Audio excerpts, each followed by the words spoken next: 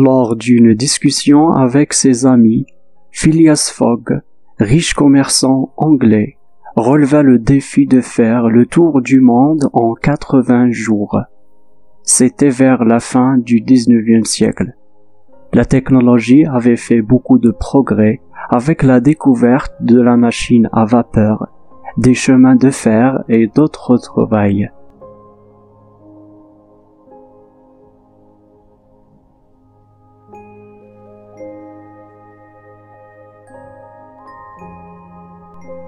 Ses amis misèrent 4000 livres sterling en plus des frais du voyage. Il accepta le pari et partit aussitôt, accompagné de son valet, John Passepartout.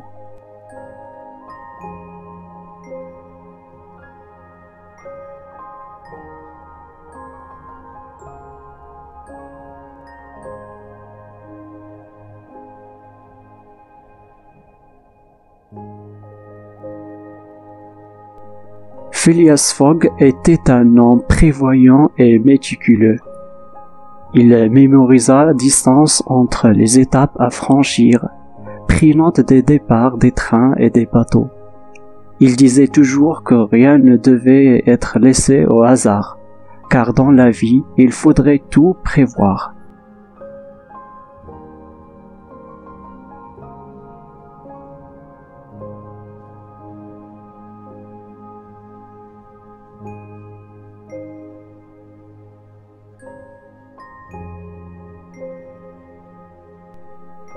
Les deux voyageurs prirent le bateau de Londres à Calais, en France, puis le train jusqu'en Égypte.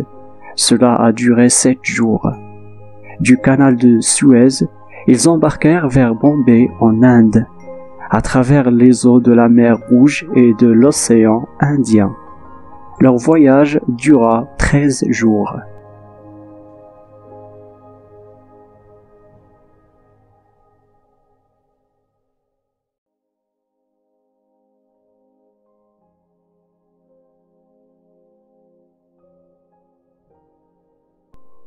Phileas Fogg était poursuivi par l'inspecteur Fix, qui le soupçonnait d'avoir dévalisé la Banque d'Angleterre et de s'être enfui sous prétexte de faire le tour du monde.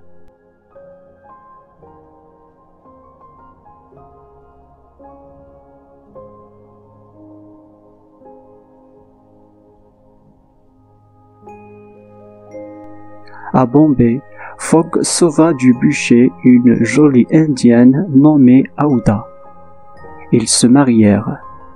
Les trois personnages prirent le bateau de Calcutta à Hong Kong qu'ils atteignirent au bout de 13 jours.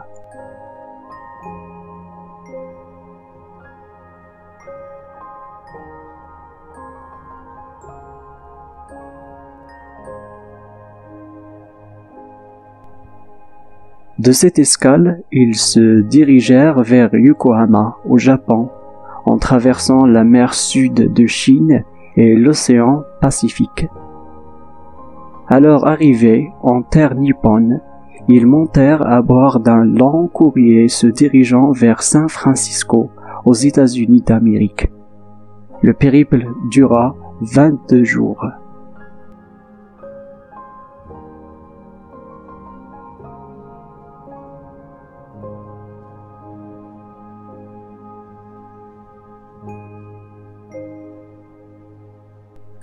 À bord du train, ils se dirigèrent ensuite vers New York et en cours de route, ils furent attaqués par les Indiens Sioux et par les sbires d'un colonel américain qui voulait sans doute retarder leur voyage et faire perdre son pari à Phileas Fogg.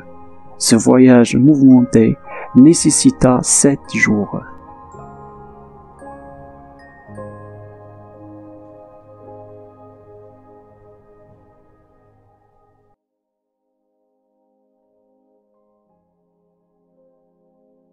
Au port de New York, le riche Anglais dut réserver un navire et payer tout un équipage pour pouvoir rejoindre Liverpool et Londres après.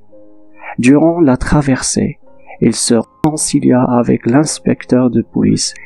Ils étaient censés arriver en Angleterre le matin d'un dimanche 8 janvier. Hélas, ils arrivèrent un lundi 9 janvier.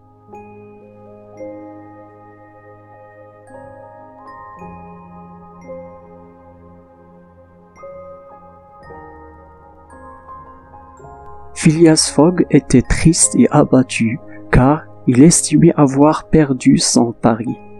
Surpris, il entendit un vendeur de journaux crier à haute voix: « Lisez les dernières nouvelles, achetez le Daily Londonien et découvrez le passionnant voyage de Monsieur Fogg. »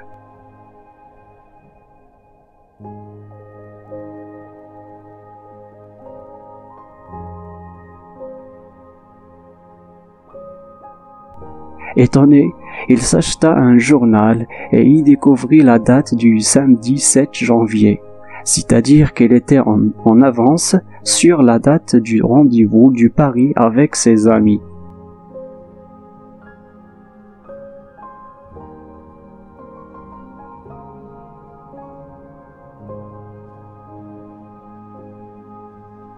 Il comprit que c'était le décalage horaire entre chaque étape du long voyage qui avait permis le gain de 24 heures de bonus. Les trois compagnons regagnèrent le club londonien de réforme.